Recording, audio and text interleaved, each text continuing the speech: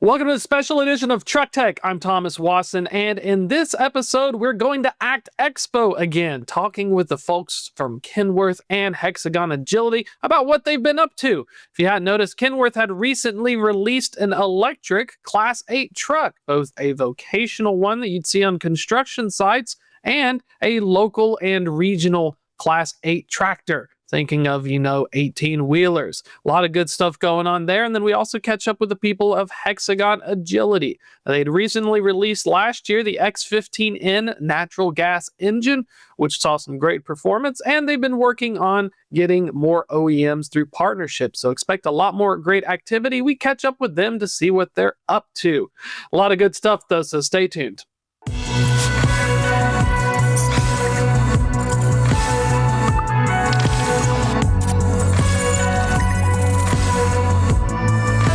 Up with the X15N engine. I remember Alan Adler spoke with you all last year. Huge hit, and there's been a lot of movement and development as well. So let's get to work. We'll be talking with over here Eric Bippus, also the CEO Philip Stramp. Pleasure to be talking with you, gentlemen. And let's dive in. It's been a year. One of the big conversations was getting not only buy-in, but this thing is on the road. It is live. Let's play catch up. Where are we at right now? Tom, thank you so much for having us. No, it has the power, it has the torque, and it's live. It's working, and we have the experience. And let Eric jump in and give you an update what he hears from the fleets. But it's really amazing how we're moving forward. Well, let's talk about hearing from the fleets. I got to drive one. I went up to PACCAR. They had an X15N with an Allison in it. Mm-hmm. It was really cool. You didn't expect that. It felt like a diesel.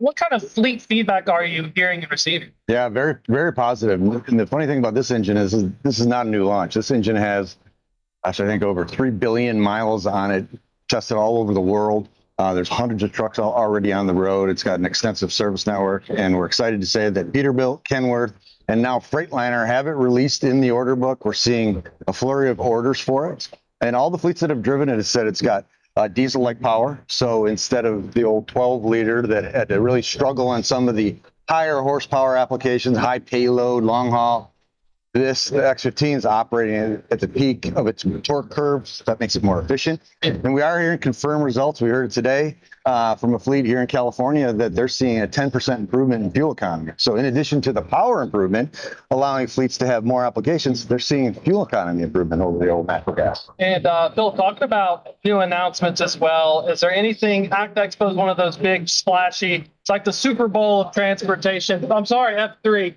We're the Super Bowl of freight tech, so I had to put that in there so I don't get in trouble. Did you guys have any new news that you're talking about? This is going to be airing a little later, so we're already past the embargo. I think the news is CNG, RNG are live, are here right now and available. And if you are here on the show, never ever have so many CNG trucks been at ACT Expo. And I think that's the recognition we get. And it's live, it's available. And it provides an economic and environmental benefit to the fleets. And that's the big difference to the other offerings out there as an alternative to diesel. And I felt really bad. I sat through the hydrogen engine one, and it's a very somber event. And so I sat through a battery electric one, and they seemed a little more excited. Where would we be between we're so back, where it's all over, as the young kids would say? Where would natural gas fit in between the spectrum in terms of opportunity and moving forward? I would say you have to find the right fuel for the right application. And we are there as Hexagon Agility to provide you the offering you need to make your fleet work. But Eric, perhaps you might jump in and give us a little bit more. Yeah, so when we look at natural gas, we're a believer in a multi-energy, solution to decarbonizing heavy-duty transport. Every use case is different. Could be intercity, intracity, where it's shorter haul. Could be hauling heavier payloads. We're seeing BEV work in some of those less than 200-mile applications. Hydrogen, the infrastructure's got a long way to go. Yet the fuel availability is just not there. There's technical solutions that are out there, but it's really in its infancy, and we think that's still quite a few years out, which brings us to the two solutions for heavy-duty long haul which is 300,000 new trucks every year going into the marketplace. And it's going to be diesel, biodiesel, renewable diesel, and then renewable natural gas is the step function change in emission reduction. And the good thing about those is they're economically viable. They're available through the OEMs. So your fleet that wants to purchase it can go to the dealer that they've been purchasing their diesel vehicles from, and they can acquire it there. Following up with my Alan Adler hat, one of the conversations last year was market penetration. I think one of the goals, I was like 1 to 2% market penetration in the early days. Yeah. Do we have an update? Is there any revisions to the forecast of what would be a good, healthy market penetration now that with the regulations, per the keynote, it's a wide open field right now? Yeah. So, we kind of follow what Cummins has been saying all along. They've been saying anywhere from 8 to 10% adoption rate over the next years. And we think that's absolutely feasible. Now, it doesn't sound like a lot, right? But when you figure you're 2% of total marketplace, you're talking about a 3, 4, 5x growth overall of this industry. It's significant. And we quite frankly need that. We need to see that because the best way to drive cost out of the application is to have scale and repeatability. And we're on the cusp of being there right now. And Philip, talking about scale, I mean, having an OEM partner, the X15N, basically, it's a header that goes over the top, straight out of the factory. How's it looking in terms of scalability and plans like that? We are ready. We are ready to serve the market. We have the capacity at our facilities in Lincoln, Nebraska, and Salisbury, North Carolina. So we are right there. We are ready. We are ready for the uptake. We're ready for the fleets to really enjoy CNG and RNG and the benefits from it. Talking infrastructure, it's been a decade plus rollout of the infrastructure you'll have this. You've got large fleets like UPS, Amazon, charging stations. I wrote up on a few interviews last year when you guys did a special. Are you hearing as well on the infrastructure side, growth in these facilities? Are more of those coming online? Or is it right now there's enough facilities where we just need to meet demand by selling the units? Is it one of those chicken or the eggs? Are we kind of constrained right now on the infrastructure side, or is it more customer adoption, get them to test it, get them to love it? Yeah, I'll take a stab at that. So it depends. When we look at the long haul, you look at the middle of the country, there's some gaps there for sure. Yeah. But what the X15 also does, because it has more power and allows you to have longer range for some of these applications, we can put more fuel on the truck now. So we can have a backer cab with 2 side mounts. We can get easily 1,200 miles between filling locations. That covers a lot of gaps. So we have the ability now to package enough fuel and have a truck that's got enough power to cover these holes in the gap. But absolutely, and the exciting thing about infrastructure too is today I was on a panel with Chevron. You got clean energy, you got Opal Fuels, you got Trillium. There's a whole host of fuel system providers and fuel providers that are out there that'll make the solution very easy for new adopting fleets, whether they need what we call private behind the fence infrastructure, or will they be willing to open up some public infrastructure to fill those gaps? There's a very eager marketplace right now to solve some of those issues. And looking at adoption, Phil, do you think it's easier, I'm assuming, with natural gas? The EV folks need megawatts of power. You need to get a utility on board just before you can even start digging in the ground to figure out where you want to lay your lines. When you're looking at natural gas, how easy is it? Just plug and play, put a big old tank, set it up? What's it look like when you're trying to sell to customers? It's much easier. You have the energy source on site. Pipelines exist. The infrastructure is already there. It's available. It's abundant in the United States, and it should be used for mobility applications. And that's where Hexagon comes in, Hexagon Agility with our 3 pillars. Mobile pipeline. If you don't have access, we can provide you your station on site. You can own it. You can haul it in if you don't have access to a pipeline right there. This is one of our business. The other is the application, the fuel system, where we support the OEMs with a fuel system which meets market demand. But also what we want to take care of our customers with fleet care so that we have the entire ecosphere covered, that it's a real good experience that brings adoption up. And looking at one of the big conversations in other forums was adoption across international. When we're looking at natural gas, especially with Hexagon, is this primarily a North American market goal, or is there something with Europe and their ESG goals? What's kind of the biggest area for folks who are trying to wrap their head around the natural gas? Is it a big North American market, or are there other areas of growth where we may see like a LNG-equipped truck across the pond. Let me get started, and then Eric can take over. It's not just a North American movement. I think there's a huge push now with the new X15N coming in North America because we can tap into the entire truck market, which wasn't available before. But if you take, for example, India, CNG is a source already. In Europe, we have some kind of problems, ideological problem with tailpipe emissions, etc. But if you take it in consideration, and perhaps we come to our sense over there as well, that natural gas might be a source there for heavy-duty trucking, because the other sources, yes, as Eric said, for some of the applications, it's the right fuel. But for heavy-duty trucking, besides diesel, CNG is at the moment the available alternative. So So North America is certainly our biggest market. A lot of excitement around the X15. It's traditionally, Europe has been a big market. It's more around the transit business, but Europe's figuring itself out regulation-wise. So the big four on CNG would be North America, Europe, India. There's activity in Asia, but for compressed natural gas, India, and then actually Latin America too. We're seeing a lot of excitement down in Brazil, Argentina, and Colombia especially. To get online. And then as we got a little bit of time left, talking about the efficiency of the engine, one of the things I learned about battery electric is you can lose, when you get charged, between 10 to 12% of your energy from the transformer line before it even reaches your thing. So that's like I'm getting charged extra. When we're looking at the efficiencies of these engines, I'm assuming how it has a header and it's a lot more, you don't lose a lot of juice, maybe small percentages versus the battery where I'm 10 to 12% extra before the line even reaches my charging handle. Yeah, it depends on how you calculate efficiency. So a lot of the calculation is right at the wheels to the power, and that's not the right way to calculate it. The way you just did it is, okay, at the creation of the energy, that energy then has to be transmitted through the power lines to a plant, to a local grid, then get to the vehicle, charge the vehicle, and all along the way there's losses, there's energy losses, versus renewable natural gas going right to the vehicle. It's going to go via a pipeline. Super efficient, no losses of energy.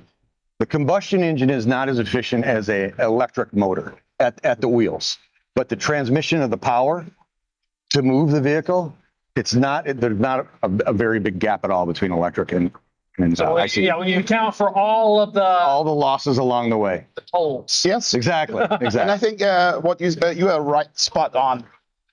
We really need to talk about the direct use. And this is what you see with CNG and RNG. It's right there, right available. The infrastructure is in place, so you can use it.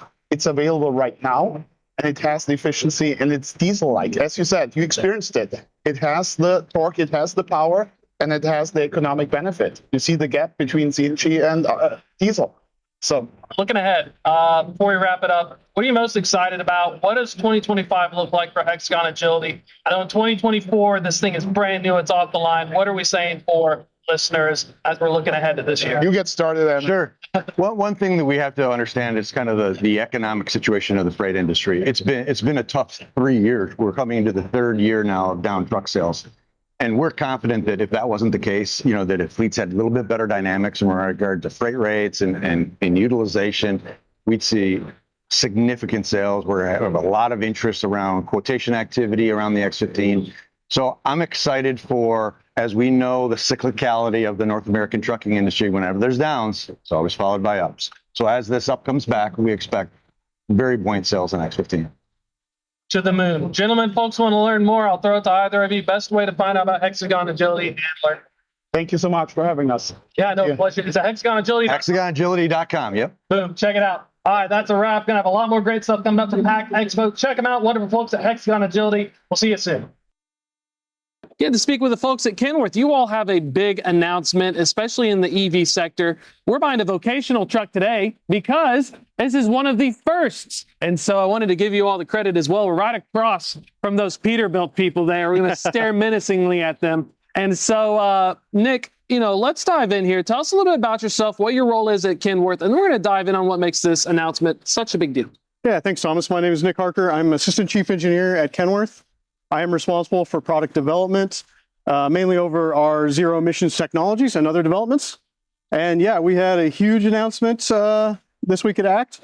We are very excited to bring an all-new battery electric powertrain for our loved T880 and our T680 platforms.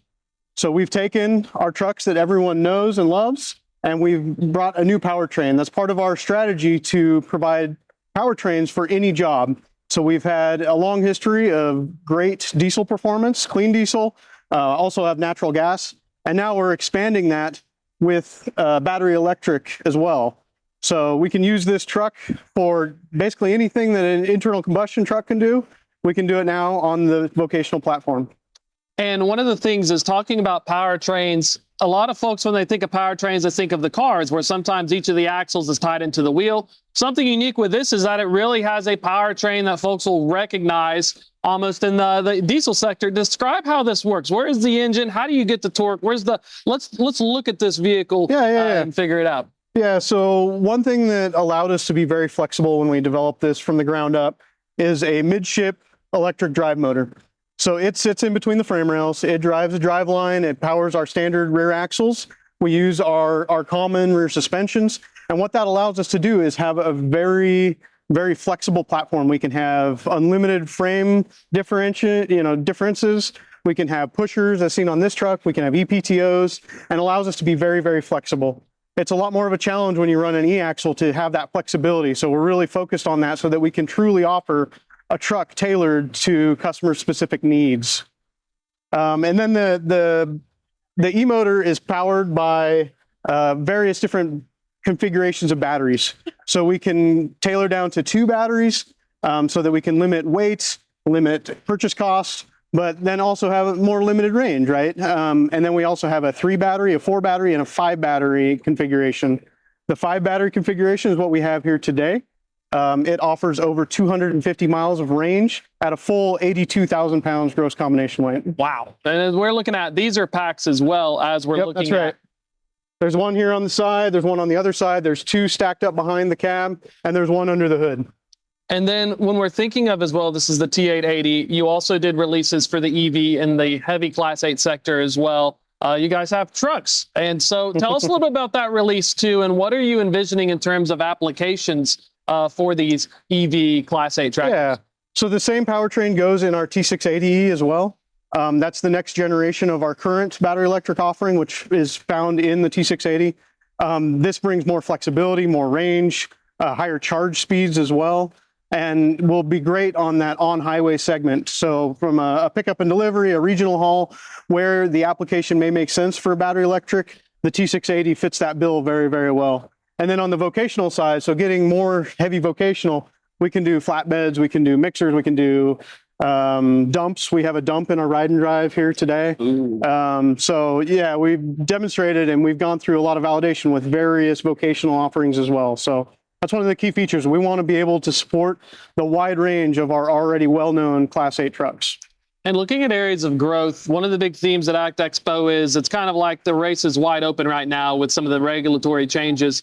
When you're thinking of, especially from a Kenworth perspective, is that one of the goals is vocational, shorter haul applications on the tractor, and then as the infrastructure and stuff develops, then it slowly expands? Or how should people view the adoption rate, and when should we see kind of what sector is going to be the early adopters? Yeah, one, the key point is that we are really focused on having a portfolio of offerings, right? So we have various different solutions to fit customers' needs. And really it comes down to that. In order to run a powertrain, need it to make sense from not just a regulation standpoint, but also a total cost of ownership. So there are drive cycles and there are situations where battery electric makes a lot of sense. For energy prices and your range and how you use the truck, these can be very, very powerful tools for our customers. And we think that with the variety and the different applications we can support, these will really shine for various different customers. From an engineering standpoint, you're having a very different, similar powertrain, but you don't have as much innards. So is there any cool things you had to think about while you're making the battery in the EV sector versus a traditional engine? Yeah, the challenge with the battery electric is it's very simple from a propulsion standpoint. There's an electric motor, batteries to power that. But the challenge is we also still have to support all the truck functions. Right, so normal things that are driven off of the crankshaft are now have to be electrified. So we have electrified air compressors to run our braking systems. We have DC-DC converters to convert high voltage to low voltage to run lights, interior. We have AC compressors that run cooling for both batteries and the cabin. We've got electric heaters, all the things that you need to make a truck do what it does and be comfortable for our drivers. You have to do that with an EV as well. So there's, quite a bit of additional different accessories that we develop to make sure that this truck functions just as well as our internal combustion trucks. I'm going to throw shade. I saw a Class 8 tractor that was, it was a BYD or something. One of the things I'm hearing about is whenever they're idling and stopped, making sure that it's, you're not using and wasting your batteries and stuff. Is that one of the challenges from an engineering standpoint? It's been explained to me as parasitic load. Yeah, parasitic loads can be a challenge for sure. That can be, when a truck's just sitting idling and not in use. Is that kind of where your question is? Yeah. Well, you just hear it humming and you're thinking, well, it's turned off. But I heard it in. It's like, I was at a location, a charging station, so they buy from fleets. Yeah. And we walk up to it, we listen to it, and it's making noise, but it shouldn't be making noise. Well, one thing when you're charging, you actually are still running the systems because your batteries, as you're charging them, you need to cool them. So you need to still run those compressors and the fans, cooling fans, to make sure that you're keeping the batteries at the right temperature while they're charging. So when you're on a charge cord, but also these trucks, one feature that we have is on each battery pack, we have a relay box. And what that does, it allows us to turn off high voltage exterior to the pack when you're not using it. So you can isolate high voltage inside the packs. And so none of the cabling is actually energized when the truck is not powered on. So the truck sitting here today, we have our low voltage 12 volt on, but the high voltage is isolated and safe for everyone around it. And that helps us limit those parasitic loads when the truck is just sitting. Now, that's one of the things when you're looking at idle reduction, even if you have parasitic loads compared to a diesel that is turned on and idling, there's significant savings, especially on job sites or at shippers and stuff, that you're getting a lot of more bang for your buck. Sure. Yeah, well, I mean, that's one thing that we found with EVs as well, makes a lot of sense, is no idle. You can keep your cabin cool, or the future, I think, will bring some no idle solutions for sleepers as well, where you're actually using battery energy. And we do have that today, but it's a traditional battery system. But I think a lithium ion could make a lot of sense in the future to help with that conditioning, keeping the cabin cool. And it's a lot more efficient than running a 15-liter diesel engine, right? So I think there's actually a lot of good technology that will come in that space. And beyond the APU, basically, instead of having to stick an APU in. Right. And so a battery-based CPU. Yeah, because I've seen a few that are diesel as well, right? You just get little diesel generators. That's one of the big challenges in the sleeper models. One interesting thing I'm curious about is, ironically, I saw a Volvo guy over here measuring your steps. Is there some stuff that goes on, I'm assuming, between, like, this is a rail that runs a battery pack, right? That we're looking at right here? Yeah, this is a battery pack here. This is the charge ports. So we have our CCS1, 350 kilowatt charge. Likely ingress egress is kind of a challenge with battery packs because you want to have as much battery as possible. But what that does is it pushes the steps outboard and it makes them a little less ergonomic. Our traditional internal combustion trucks, we take more of a stair step approach. You can move this step in and down a bit, and you can make it more comfortable to get in and out of the truck. So that's one of the challenges, and I suspect that's probably why they're measuring, to see how we're able to pull it off with this truck. Yeah. Looking ahead, are order books open? Are these things like on the line? What's kind of the expectation moving forward now after the announcement? Yeah, so the announcement yesterday, the order books are open. So our ordering tool is live, so customers can go in and spec out trucks. We are still going through our final validation. So we have a number of trucks on the road. We want to make sure that we get good reliability confidence. We want to make sure that there's no issues before we go to full production. We have partnered with a number of customers to evaluate and make sure that everything that we've designed works well for them. And so we're doing those fine tuning, and then we're looking to do a full production later this year. And looking at this charging port as well, there's one thing that I was told was how much juice you need to charge and how long it takes to charge. What's the average expectation, like whether I'm a job site or with a Class 8 tractor? How long will it take to charge this thing up? Yeah, so this is a 5-string, and with 350 kilowatts, if you're completely empty and you want to go clear to full, it's a little over 2 hours and 15 minutes-ish. So But one thing that's great is you can get really good opportunity charging. So like sitting at lunch break or something like that, you can plug the truck in and get that opportunity charge, and you can get a 20 to 80 charge very, very quickly, and you can extend the range through the day. The other thing that's nice is when you're plugged in and doing that opportunity charging, the cabin can precondition and you can make sure it's staying nice and cool. So you limit those parasitic losses from the battery because you're pulling it right from the charger. So that helps. Another thing too is preconditioning. You can set to where the truck will kick on in the morning and it'll actually bring the cabin to the right temperature. So that you're limiting how much load there is on the battery once you're out driving it. Yeah. So you can use that charger to help limit some of those things. So it's warmed up versus a cold start. It's like idling your engine, but you're prepping your battery for... Yeah, you get the batteries to the right temperature. If it's hot day, you can get the cabin cooled down to where it's nice and cool. Run that AC, run the heater, make sure it's all ready to go. And if I accidentally find a 1200 megawatt charger, will it handle the juice? Or will it not even plug in? Generally a different charge port, so that's the next generation of charge port. But if you are able to plug in a larger charger, this will self-limit to what the truck can handle. So there's a handshake between the charger and the truck, and it does it safely. It will go to the maximum charge allowed, and it won't take any more than that. So yeah, don't have to worry about plugging into a bigger charger. If I want to juice this thing up, I've heard some of these EVs can get up to 13,000 foot-pound of torque, and is there different speeds between the driver? Is it like a lawnmower where I can juice it up to the rabbit and the tortoise? Or is it generally set as a similar torque profile? Yeah, generally, so what we found in our validation is, yes, there's a lot of torque in these motors. And so what we've done is we've really worked to fine tune that to where you have really good control, but you can also, you can pour on the coal if you really want, right? So to speak, right?